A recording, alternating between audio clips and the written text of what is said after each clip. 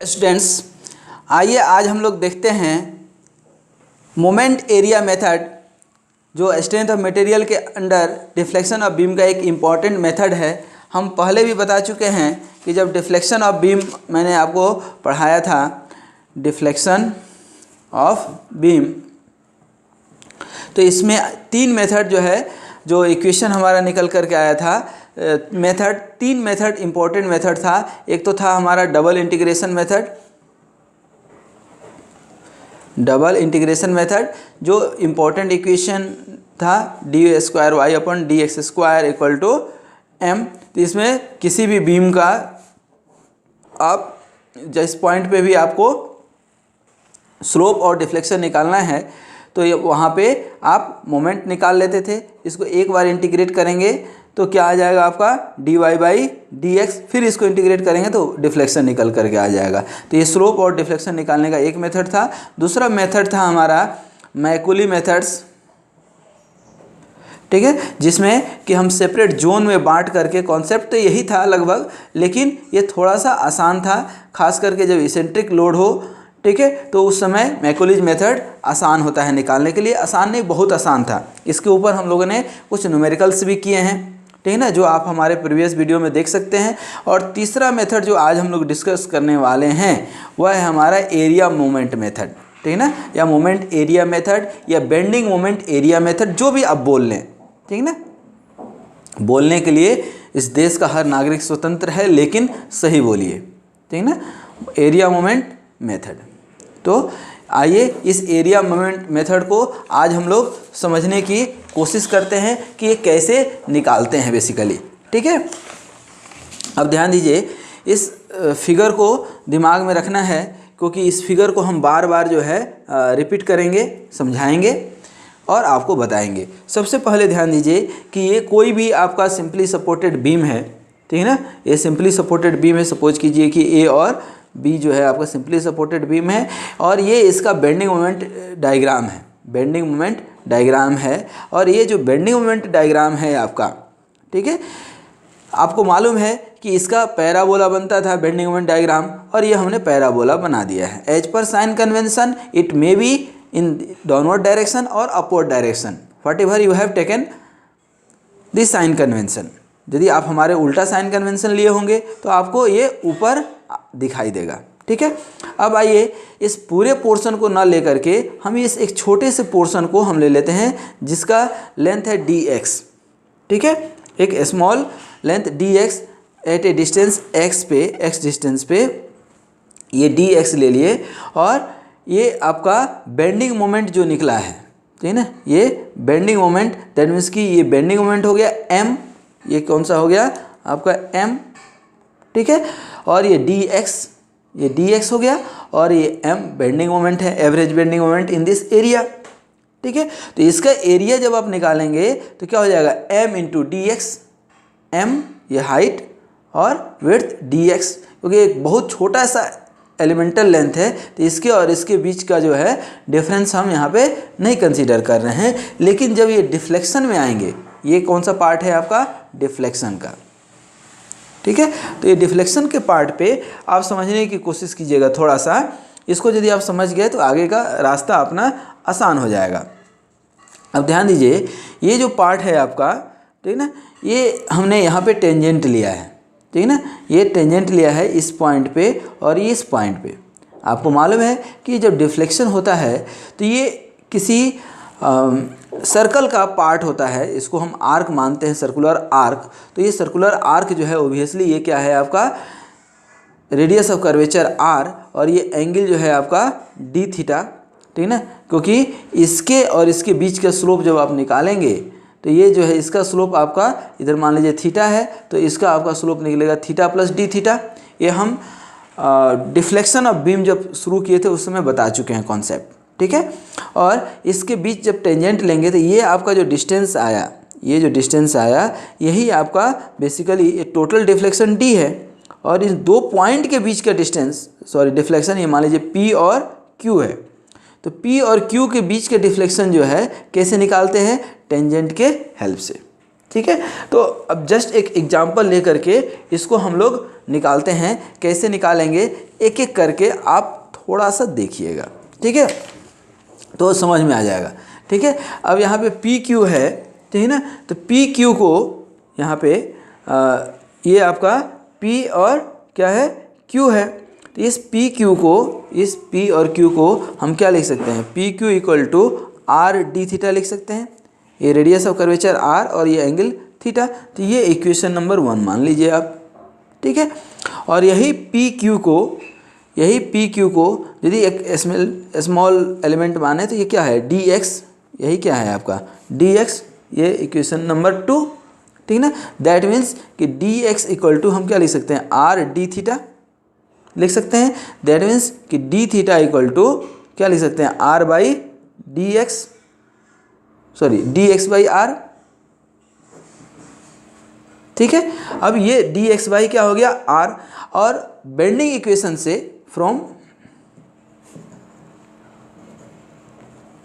Bending equation क्या है m अपन I equal to E by R, तो यहाँ पे 1 बाई आर लिखेंगे आप तो क्या हो जाएगा m अपन ई आई हो जाएगा कि नहीं।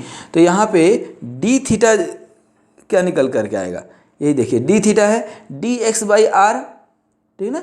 तो D X by R that means कि 1 बाई आर, इसको हम क्या लिख सकते हैं, ध्यान दीजिए 1 by R into D X लिख सकते हैं। तो ये 1 बाई आर के जगह पे m अपन ई आई रख सकते हैं, m अपन ई आई इंटू डी एक्स आ गया हमारा m डी एक्स अपन ई आई लिख सकते हैं। और ये m डी एक्स, ठीक ना, बेसिकली क्या है इस छोटे से एलिमेंटल पार्ट का एरिया है, ठीक ना। ये height bending moment that means कि हाइट इंटू विड्थ, तो क्या हो जाएगा एम डी एक्स एरिया होगा। तो आइए इसके आगे देखते हैं दी स्लोप एट पॉइंट ए, ठीक ना। कोई भी यदि एक पॉइंट आप मानते हैं, ठीक ना, कि यहाँ पे, तो इसके कंपैरिजन में यहाँ पे स्लोप आप लेंगे, ठीक ना। तो स्लोप कहीं से भी होगा तो दो तरह का स्लोप है, एक तो मैक्सिमम होगा, ठीक ना, कहीं जीरो स्लोप होगा इसी में जहाँ मैक्सिमम डिफ्लेक्शन होगा, और कहीं पे जहाँ डिफ्लेक्शन कम होगा वहाँ पे मैक्सिमम स्लोप होगा, सपोज कीजिए थीटा। दैट मीन्स कि this D theta varies from zero to theta. आ रही बात समझ में। तो अब यहाँ पे हम इंटीग्रेट कर सकते हैं दोनों को, इधर इंटीग्रेट कर दें। जब इंटीग्रेट कर देंगे तो ये क्या निकलेगा, थीटा इक्वल टू 1 अपन ई आई, और ये एम डी एक्स क्या हो गया, area of bending moment diagram, area of bending moment diagram between this point. तो अब इसको पी क्यू मान लिए थे, इसको आप थोड़ा सा सी और डी हम मान लेते हैं, सी और D, between C D M D X क्या हो गया, यही तो हुआ एरिया, ठीक ना। तो अब यहाँ पे स्लोप, अब ये कहीं पे आप स्लोप किसी एक पॉइंट पे निकाल सकते हैं, ये तो हमने एक कॉमन निकाला है, ठीक ना। तो कॉमन निकालेंगे और फिर उसको दूसरे पॉइंट पे आप निकाल सकते हैं। तो सपोज कीजिए कि theta at C and theta at D, या theta at A and theta at B, जहाँ भी आप निकालना चाहें, ठीक ना। तो चेंज इन स्लोप निकलेगा आपको, ठीक ना। थीटा बी माइनस थीटा ए कर दें हम, यदि थीटा ए अभी आप निकाल सकते हैं, थीटा बी भी निकाल सकते हैं, ठीक ना। तो अब चूंकि एरिया चाहिए हमें, ठीक ना, हमें क्या चाहिए एरिया, तो हमको क्या निकालना पड़ेगा, चेंज इन स्लोप, ठीक ना। तो total change of slope between 2 points, ठीक ना। यहाँ पे आप ज़रूर लिखिएगा, क्या लिख सकते हैं हम, यहाँ लिख देते हैं total change of slope between 2 points is equal to the area of bending moment diagram. यही था ना अपना बेंडिंग मोमेंट डायग्राम, ठीक है ना, क्योंकि एस एफ डी और बी एम डी हम लोग पढ़ चुके हैं, ठीक है ना। तो between that point divided by E I को क्या बोलते थे, याद है? ये ई आई को क्या बोलते थे? Flexural rigidity, divided by flexural rigidity, flexural rigidity E I. ठीक है, तो ये आपका ये निकल गया। दैट मीन्स कि कहीं भी दो पॉइंट के बीच आप निकालेंगे, theta C minus theta D निकाल लीजिए, या theta A minus theta B, ठीक ना, तो क्या हो जाएगा? Area between C D, area of bending moment, area of bending moment diagram between C D divided by E I. That means कि ये M D X upon E I. ठीक है, अब यहाँ पे तो आपका ये एरिया निकल गया। ठीक है, अब व्हाट अबाउट द डिफ्लेक्शन? ये डिफ्लेक्शन क्या हो जाएगा? तो देखिए ये डिस्टेंस कितना लिए हैं आप? x, ठीक ना, और ये क्या है? थीटा। तो हम ये निकाल चुके हैं, क्या निकाल चुके हैं? डिफ्लेक्शन। हम यदि निकालते हैं deflection, now the deflection to the bending moment, ठीक ना। अब यहाँ पे क्या निकालना है आपका? डी वाई, यही है ना डिफ्लेक्शन, डी वाई, ठीक ना। तो डी वाई क्या हो जाएगा? ये आपका डिफ्लेक्शन किसी एक पार्ट का तो नहीं निकल रहा है, ये तो पूरा वाई निकलेगा। ये हमने एक स्मॉल पार्ट ले लिया, क्या? D Y. लेकिन ये डी वाई निकालने के लिए अब ध्यान दीजिए, डिस्टेंस कितना आपने लिया है? इधर एक्स, ठीक ना, और एक्स और एंगल कितना है? D theta. ये इस दोनों डी वाई कितने एंगल पे है? ये मान लीजिए थीटा है, और सॉरी ये थीटा है, और ये थीटा प्लस डी थीटा पे है। यहाँ पे यदि हम एक रफ दिखाना चाहें आपको, ठीक ना, ये यहाँ पे ये और यही तो आपका बीम है जो इससे डिफ्लेक्ट हुआ है। तो ये यदि थीटा है तो ऑब्वियसली ये थीटा प्लस डी थीटा है पूरा, तो ये कितना हो जाएगा? D theta. और ये डिस्टेंस कितना है? एक्स। यहाँ से यहाँ पे एक्स पे आप माने हैं, देखिए ये एक्स पे माने हैं, और ये डी वाई है, तो डी वाई इक्वल टू कितना हो जाएगा? एक्स इंटू डी थीटा, ठीक ना। तो अब ये डी वाई इक्वल टू क्या लिख लेंगे हम यहाँ पे? एक्स डी थीटा, ये ध्यान रखिएगा। तो यहाँ पे एक्स इक्वल, ये डी वाई इक्वल टू कितना हो जाएगा? X D theta. ठीक है, अब इससे हम डी वाई दैट मीन्स की डिफ्लेक्शन, अब देखिए यहाँ पे D Y equal to X और डी थीटा तो अभी आपने निकाला है, इधर डी थीटा अभी हम निकाले हैं, M D X by E I, M D X upon E I, ठीक है। अब यहाँ थोड़ा सा समझिएगा, अब ये जो है इसका हम क्या निकालने जा रहे हैं? डिफ्लेक्शन। तो since deflection at any point, specially at fixed point, जहाँ फिक्स्ड पॉइंट होगा वो वहाँ पे हम क्या मानते हैं? Zero. Hence the total deflection will be obtain from zero to Y, ठीक है ना, यही हमारा फार्मूला होगा। और इधर भी क्या होगा? जीरो टू एक्स, कहाँ से कहाँ तक जाएगा? एक्स, जीरो टू एल, ठीक ना। तो अब इसको इंटीग्रेट कर देंगे। जब आप इसको इंटीग्रेट करेंगे तो क्या मिलेगा? ये y, ठीक ना, और ये x 1 अपन ई आई को आप कॉमन ले लीजिए, ई आई को कॉमन ले लीजिए, और ये 0l x और m dx। ध्यान दीजिएगा यहाँ पे ये जो m dx है, ठीक ना, ये m dx तो अपने आप में एरिया रिप्रेजेंट कर रहा था, ये हम लिखे भी हैं।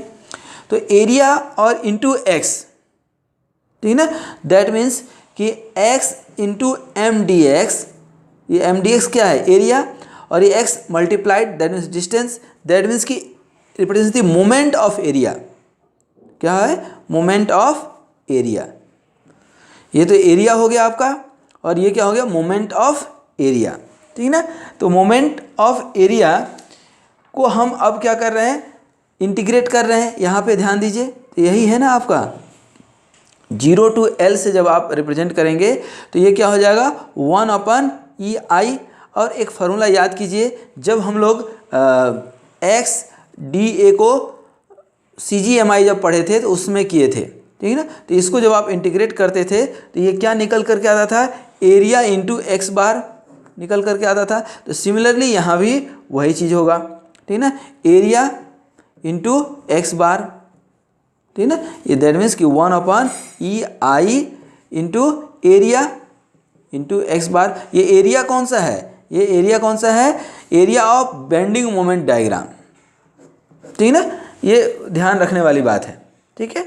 तो यहाँ पे आपका जो फाइनल फार्मूला निकला, वो फाइनल फार्मूला क्या निकल गया हमारा, यहाँ पे dy जो निकला, dy, और यहाँ जो y निकला आपका डिफ्लेक्शन, दैट मीन्स कि y यहाँ पे निकल करके आ गया आपका 1/EI into a into X bar. अब x बार किसका, अब यहाँ पे क्वेश्चन आ गया कि x bar of that area, जो भी एरिया आपने लिया है, ठीक है ना, जो एरिया लिया है इसका x बार, कहाँ से, जिस पॉइंट पे आप निकाल रहे हैं, ठीक ना। तो इसको अच्छे से लिख लीजिए, ए क्या है यहाँ पे, area of bending moment diagram between A and B, जो भी आपने लिया है पॉइंट, और एक्स बार, ठीक ना, डिस्टेंस ऑफ, एक्स बार क्या है, distance of centre of gravity of the area of the bending moment diagram, जो भी आपने इसको लिया है, ठीक है ना। इसी कॉन्सेप्ट में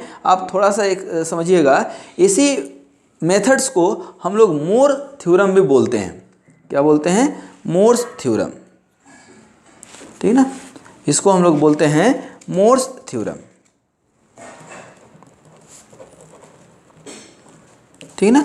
अब मोर्स थ्योरम इसी कॉन्सेप्ट में हम क्यों बोल रहे हैं, ये थोड़ा सा आप समझने के लिए कोशिश कीजिएगा। है कुछ नहीं, ये जो अभी हमने मेथड बताया यही मोर्स थ्योरम है, लेकिन इसमें 2-3 कॉन्सेप्ट लग जाते हैं। पहला कॉन्सेप्ट तो ये है कि the change of slope of, ठीक ना, the change of slope between any 2 points is equal to the net area of the bending moment diagram between these points divided by EI, that means कि area of the जो है आपका MDX divided by EI, पहला condition. और दूसरा condition ये कहता है the total deflection between 2 points, the total deflection between 2 points is equal to the moment of area of the bending moment diagram between the points about the last point, जो भी आपने point एक consider करेंगे आप, A या B, ठीक है, और divided by flexural rigidity EI, ठीक है ना। तो ये Mohr's theorem is used conveniently for, ये कहाँ पे यूज होता है, ठीक है ना। तो ये ज़्यादातर हम लोग कैंटिलीवर बीम पे यूज करते हैं। It is conveniently used for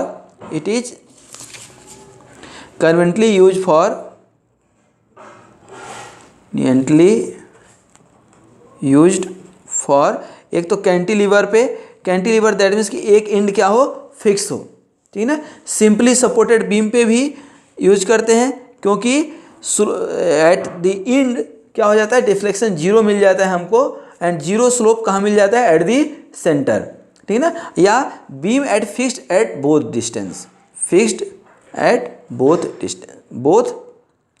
both ends. तो इस तरह से ये मोर्स थ्योरम वाइडली यूज करते हैं। अब इसी तरह से आप देखेंगे तो जब आप किसी सिंपली सपोर्टेड बीम का निकालेंगे, ठीक है ना, तो जैसे सिंपली सपोर्टेड बीम में आप निकालेंगे किसी का बेंडिंग मोमेंट डायग्राम, तो कई बार आपका पैराबोला आता है, ठीक है ना। तो पैराबोला का आप एरिया और जैसे ये आपका क्या हो गया, B हो गया, और हाइट पैराबोला का दैट मीन्स कि डेप्थ वहाँ पे आएगा, कहाँ, डिफ्लेक्शन के केस में। तो ये यदि आपका पैराबोला है तो इसका एरिया और सेंट्रोइड, 2 चीज़ याद रखिए क्योंकि ज़रूरत पड़ेगी, ठीक है ना। तो इसका एरिया जब आप निकालेंगे, ठीक है ना,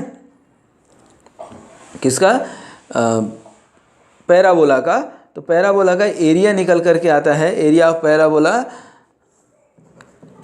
ठीक है ना। आप इसको एरिया ऑफ पैराबोला,